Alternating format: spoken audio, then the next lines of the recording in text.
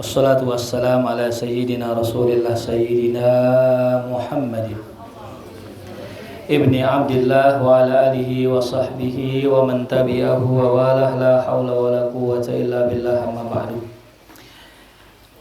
Qala al-musannifu rahimahullah wa yahrumu 'alal junubi sittatu asya. Yang diharamkan bagi orang yang junub ada 6 perkara. Ya. Tahu junub Ibu? Apa junub? Junub itu dalam bahasa Syarah Nailur Raja adalah amrul iktibari, perkara yang tidak nampak wujud fisiknya, itu namanya amrul iktibar. Ya. Itu secara istilah. Yang mana amrul iktibari ini suatu perkara yang nggak nampak wujudnya ini, kalau ada pada diri seseorang maka diharamkan melakukan 6 perkara. Apa sebab orang junub? Tulis, sebabnya orang junub nomor 1 adalah berhubungan suami istri. Tuh. Kalau ada suaminya atau kalau ada istrinya, ya. Bagaimana Ustadz kalau enggak suami istri berzina? Maaf, sama junub juga, ya. Atau mungkin berhubungan dengan apa? Kalau sekarang aneh-aneh nih, ada kemarin jamaah nanya, Ustadz kalau boneka bagaimana? Karena selalu pertanyaannya. Kalau boneka dibikin orang, kayak orang perempuan, terus disetubuhi, apakah junub juga? Junub juga, ya. Tuh. Bahkan dalam kitab Kasyifatus Saja, Syekh Nawawi menggambarkan termasuk orang junub berhubungan sama yang udah meninggal. Jadi kalau ada mayit meninggal, terus misal kata lakinya ya nyetubuhin dia, itu junub juga. Apalagi perempuan yang masih emang ada Ustadz laki-laki nyetubuhin perempuan yang udah meninggal? Ada. Jadi ada orang namanya Ibnul Mayyit. Ibnu artinya anak, Mayyit artinya orang mati. Gimana kok bisa jadi ada namanya Ibnul Mayyit? Dulu ada seorang solehin, Bu. Orang soleh banget. Sepanjang hidupnya nggak punya anak. Kemudian meninggal. Ketika meninggal lagi dimandiin, si Fulan berdiri, hadirin. Ya, ini yang udah nikah pasti paham ya. Kemaluannya berdiri. Lantas yang mandiin bilang, tolong panggil bininya kemari. Ini Allah masih perkenankan ini orang untuk punya keturunan. Cobain aja. Akhirnya ditutup ruangan, itu istrinya berhubungan, padahal suaminya udah apa? Udah mati, udah meninggal. Subhanallah, masih ada tuh sisa-sisa sperma. Dan ternyata istrinya hamil. Sehingga anak yang lahir namanya apa tuh? Ibnul Mayyit, anak si mayit. Ya. Namanya kuasa Allah, ya. Emang Bu yang namanya kejadian kayak begitu emang jarang, cuman ada. Padahal juga ada juga kisah yang unik, ya. Ada seorang istri sakit-sakitan, Bu. Udah sekarat. Lantas istrinya karena saking cintanya sama suami, kata bininya, Bang, tak kalau aku mati kamu jangan kawin lagi ya, gitu. Ini kisahnya tuh dalam kitab nih ya saya baca. Kata suami, iya aku nggak nikah lagi. Yang bener nih, gitu. Sanasro, jangan nikah lagi ntar kalau aku mati. Iya bener. Suami istrinya nggak percaya. Nggak, aku nggak percaya. Mau kamu sumpah, mau kamu ini itu nggak, saya nggak percaya. Kecuali kamu potong kemaluan kamu. Akhirnya betul, demi membuktikan cintanya sama istri, itu suami motong kemaluannya. Biar kalau nanti bininya meninggal, lakinya nggak bisa kawin. Bininya abis itu sembuh. Sembuh. Lebih bingung bininya lagi mana ini. Lah udah dipotong ternyata bininya sembuh. Umurnya panjang, nyesel tuh bini. Tuh Bu, ingat ya, jangan bikin yang aneh Aneh ya, syaratnya begitu. Nggak usah, orang udah meninggal kagak mikirin lakinya. Ya. Kemudian apa? Datanglah si istri. Nih gimana nih? Udah kita minta ame orang soleh. Ada salah seorang Habib, ane lupa marganya kalau nggak salah Ali terus. Datanglah ke tuh Habib. Kata tuh Habib, kenapa? Begini Bib, ayah punya laki, ane suruh potong kemaluannya karena ayah sakit takut dikawin lagi. Nggak lama ane sembuh Bib. Ane nyesel nyuruh motong tuh. Udah gini, lo ambil batang kayu, ya, lo bawa kemari. Diambil batang kayu. Ketika itu subhanallah, namanya wali ya, karomah, ditempelin tuh batang kayu di kemaluan tuh laki, subhanallah jadi kemaluan lagi. Ya. Dan ukurannya sesuai dengan kayunya tuh, subhanallah tuh. Tuh pertanyaannya, ada gak? Ada, cuman jarang ya. Kayak mukjizat.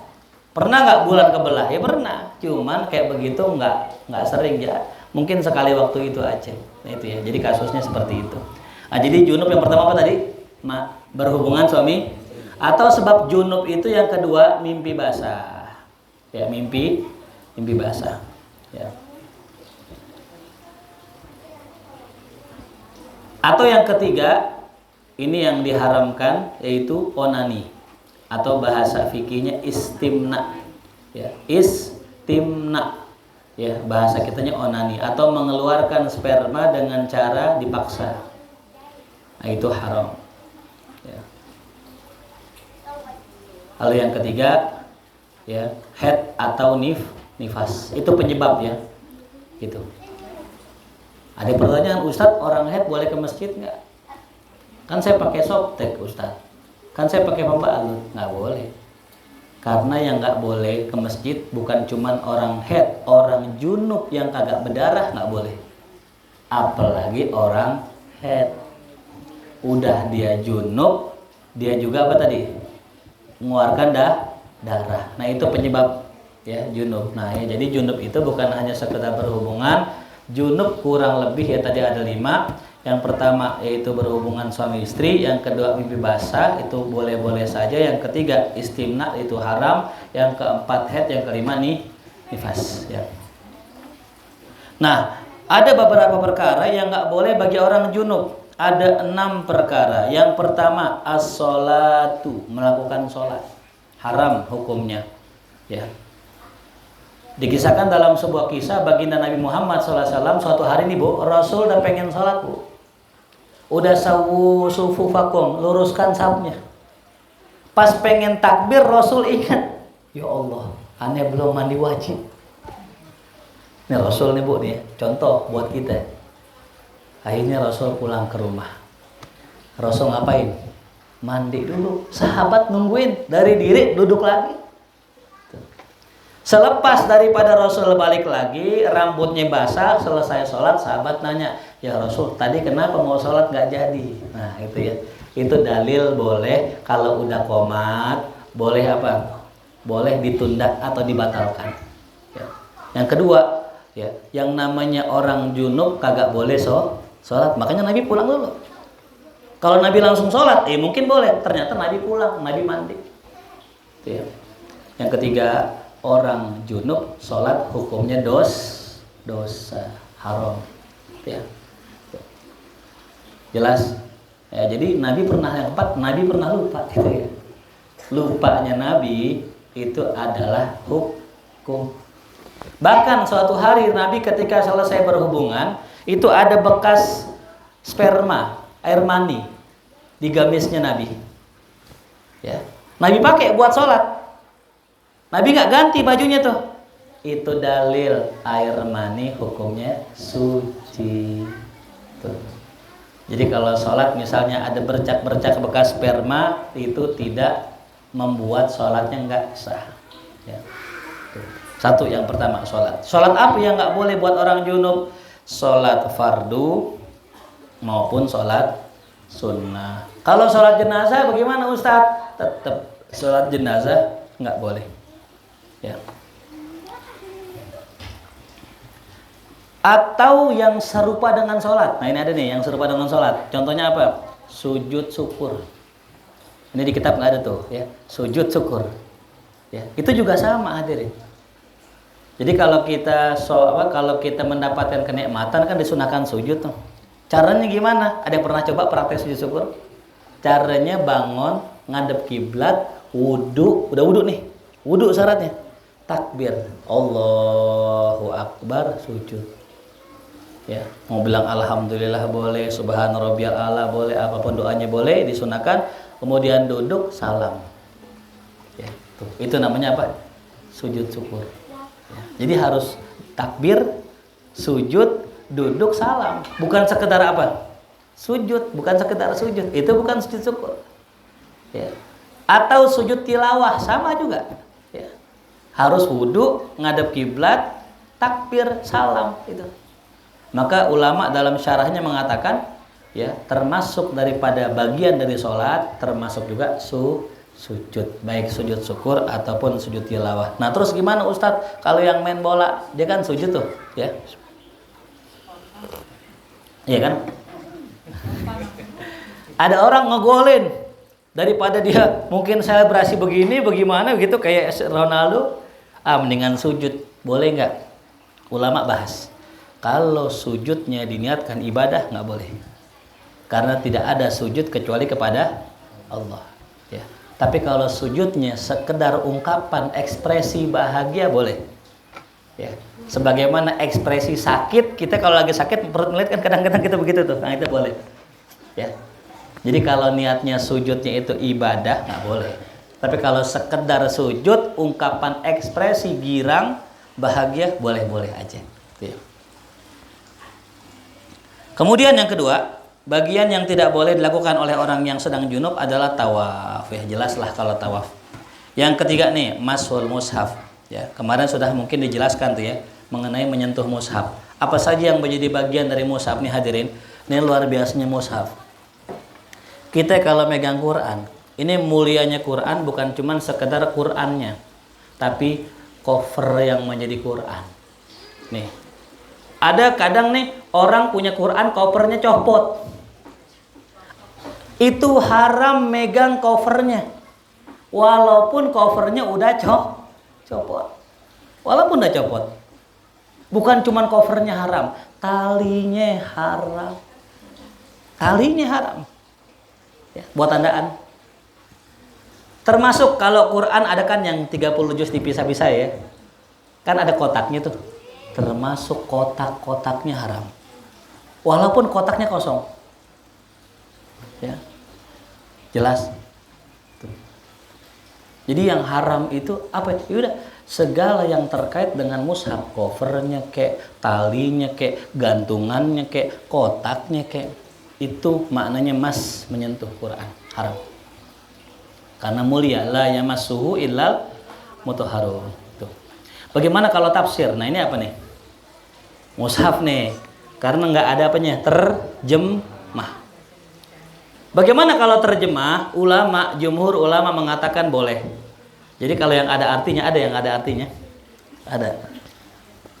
Ya, udah nggak apa-apa, udah nggak biar ya, cukup ya. Nih, ini kan Arab semua, berarti apa nih? Mushaf. Kalau ada Indonesianya, berarti tafsir. Kalau tafsir junub boleh. Cuman adabnya jangan pegang Arabnya. Jadi yang kita boleh pegang nih bagian pinggirnya aja. Pas bagian Arabnya ini kan kotak segini biasa itu kan. Jangan kita pegang, tapi pinggirnya aja. Karena tetap yang namanya tulisan Quran ya Quran. Gitu. Bisa dipahami? Ustadz, bagaimana kalau handphone ada Qurannya? Handphone bukan mushaf. Handphone itu hanya pantulan gambar, kayak cermin. Kita punya cermin nih, cermin. Saya pantulin Quran. Terus kita kelihatan nih Quran di sini. Saya mau tanya, ini Quran bukan? Bukan, ini cermin. Gitu. Bisa dipahami? Ya, jadi memegang Quran yang ada di mushaf, mushaf yang ada di handphone itu tidak termasuk mushaf ya. Itu hanya apa tadi? Pantulan gambar Al-Quran. Ya. Begitupun apa yang keempat, hamluhu, membawanya. Nenteng Quran.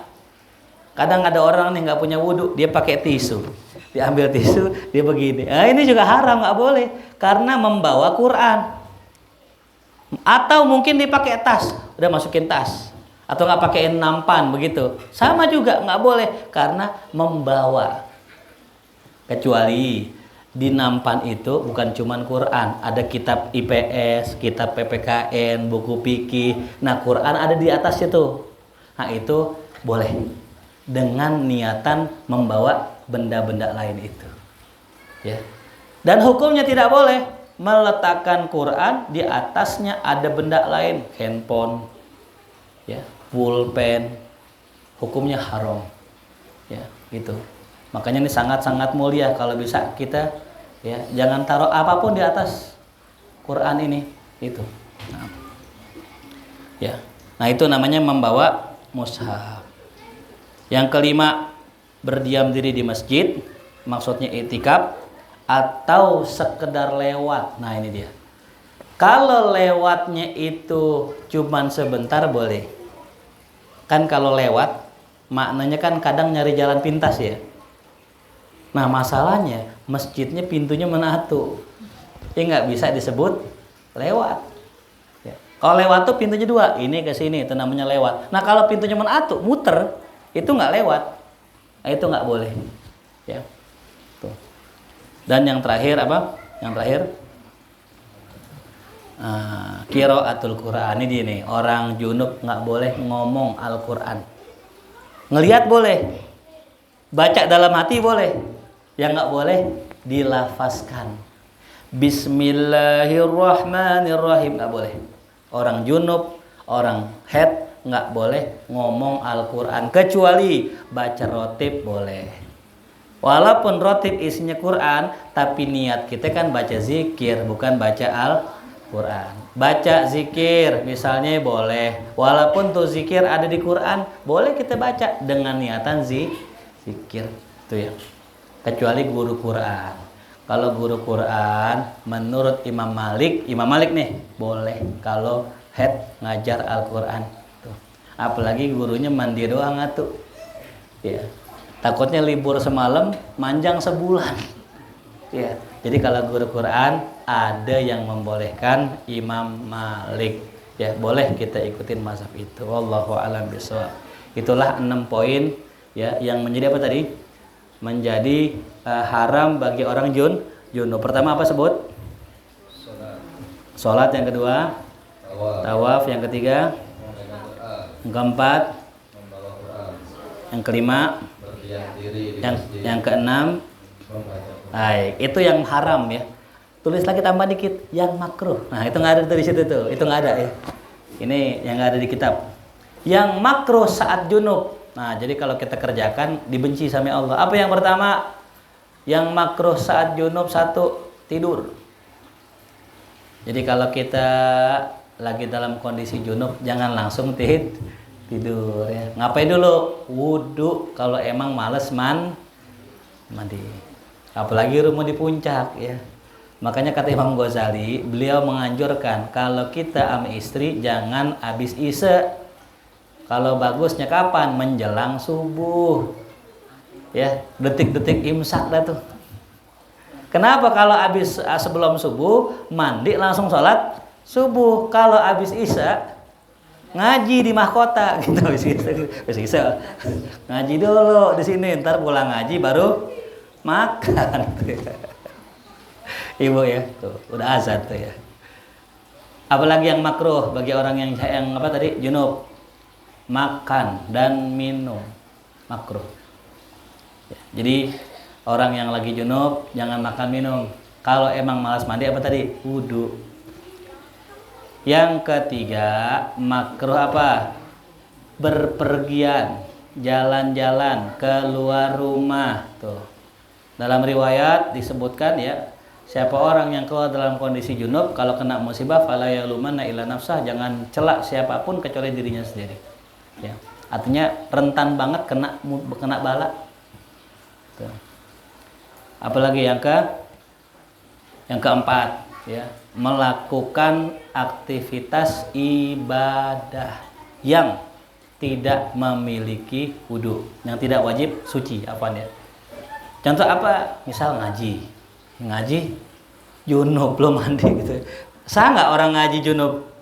Ya sah, boleh nggak? Ya boleh. Cuman apa? Makruh. Tuh ya. Nah itulah ya perkara-perkara yang dimakruhkan bagi orang yang sedang junub.